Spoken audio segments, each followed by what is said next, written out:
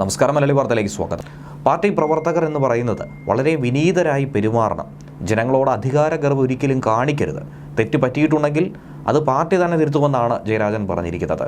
ഇതിലൂടെ തന്നെ CPM-നെതിരെയുള്ളൊരു വിമർശനമായി തന്നെ ഇതിനെ പലരും ഈ ഘട്ടത്തിൽ തന്നെ വിലയിരുത്തുന്നുണ്ട്. കാരണം പാർട്ടി പ്രവർത്തകരുടെ ഭാഗത്തു നിന്നും ഈ അടുത്തായി ഉണ്ടായ പല തെറ്റുകളും പല അതിക്രമങ്ങളുമൊക്കെ വാർത്തയായി മാറിയിരിക്കുന്നു. ഇപ്പോഴും അത് അങ്ങനെ തന്നെ തുടരുന്നുണ്ട്. അതിന് പിന്നാലെയാണ് അദ്ദേഹത്തിൻ്റെ ഭാഗത്തു നിന്നും ഇങ്ങനെ ഒരു വിഷയം കൂടി ചർച്ചയായി മാറിയിരിക്കുന്നത്. രാമക്ഷേത്രത്തിന് ശിലയിടേണ്ടിയിരുന്നത് മതപുരോഹിതരാണെന്നും പക്ഷേ അവിടെ മോദിയാണ് ശിലയിട്ടതെന്നുമാണ് അദ്ദേഹം പറയുന്നത്. പ്രതിഷ്ഠാ ചടങ്ങും രാഷ്ട്രീയ നേട്ടത്തിനായി ഉപയോഗിക്കുന്നു എന്നുള്ള കുറ്റപ്പെടുത്തലും ഇതോടൊപ്പം തന്നെ ഉയർത്തിയിട്ടുണ്ട്. കേന്ദ്ര സർക്കാർ അങ്ങനെ ഒരു പ്രതിഷ്ഠാ ചടങ്ങ് നടത്താൻ പാടില്ലെന്നും അദ്ദേഹം വാദിക്കുന്നുണ്ട്. വിഷയത്തിൽ CPM നിലപാട് ആദ്യം തന്നെ വ്യക്തമാക്കിയിരുന്നു. ഇനി ഗവർണർ പദവി എന്ന് പറയുന്നത് കൊളോണിയൽ അവശേഷിപ്പാണ്. കേരള ഗവർണർ ആരിഫ് മുഹമ്മദ് ഖാൻ വിഡ്ഢിവേഷം കെട്ടുന്നുവെന്നും അദ്ദേഹം കുറ്റപ്പെടുത്തി. മുൻപ് ഗവർണറായിരുന്ന P സദാശിവം കോമാളി വേഷം ഇതുവരെയും കെട്ടിയിട്ടുണ്ടായിരുന്നില്ല.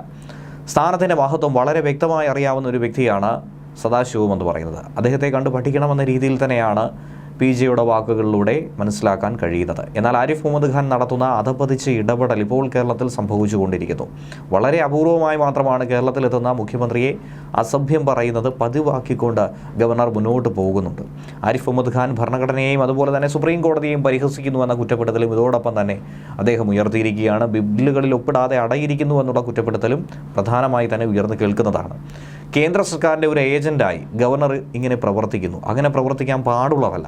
RSS മേധാവിയെ പോലും നേരിട്ട് കണ്ട് അങ്ങോട്ട് പോയി കണ്ട് അവരുടെ ആജ്ഞ സ്വീകരിക്കുകയാണ്. വളരെയധികം അപമാനകരമായൊരു നീക്കമായി തന്നെയാണ് ഇതിനെ വിലയിരുത്തേണ്ടത്.